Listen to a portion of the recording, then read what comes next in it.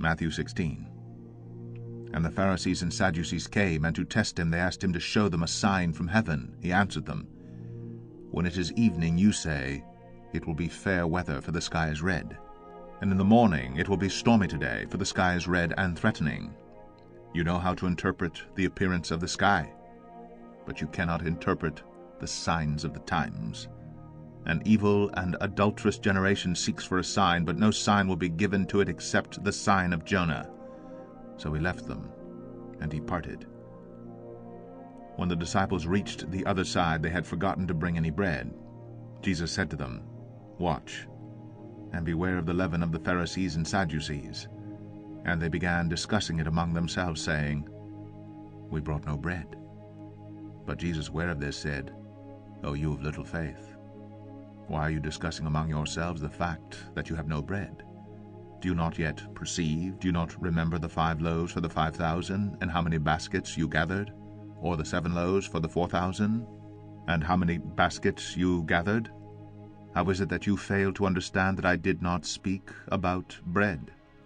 Beware of the leaven of Pharisees and Sadducees. Then they understood that he did not tell them to beware of the leaven of bread, but of the teaching of the Pharisees and Sadducees. Now when Jesus came into the district of Caesarea Philippi, he asked his disciples, Who do people say that the Son of Man is? And they said, Some say John the Baptist, others say Elijah, and others Jeremiah or one of the prophets. He said to them, But who do you say that I am? Simon Peter replied, You are the Christ, the Son of the living God.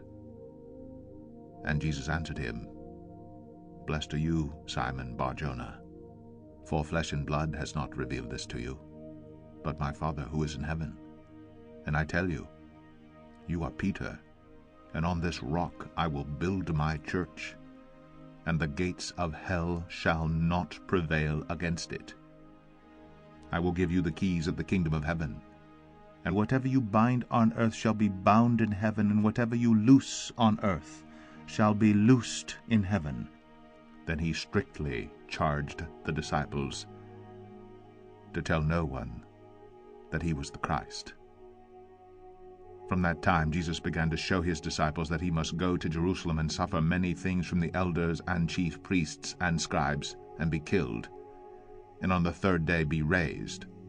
And Peter took him aside and began to rebuke him, saying, Far be it from you, Lord, this shall never happen to you. But he turned and said to Peter, Get behind me, Satan, you are a hindrance to me, for you are not setting your mind on the things of God, but on the things of man. Then Jesus told his disciples, If anyone would come after me, let him deny himself and take up his cross and follow me. For whoever would save his life will lose it, but whoever loses his life for my sake will find it. For what will it profit a man if he gains the whole world and forfeits his life? Or what shall a man give in return for his life? For the Son of Man is going to come with his angels in the glory of his Father, and then he will repay each person according to what he has done. Truly I say to you, there are some standing here who will not taste death until they see the Son of Man coming in his kingdom.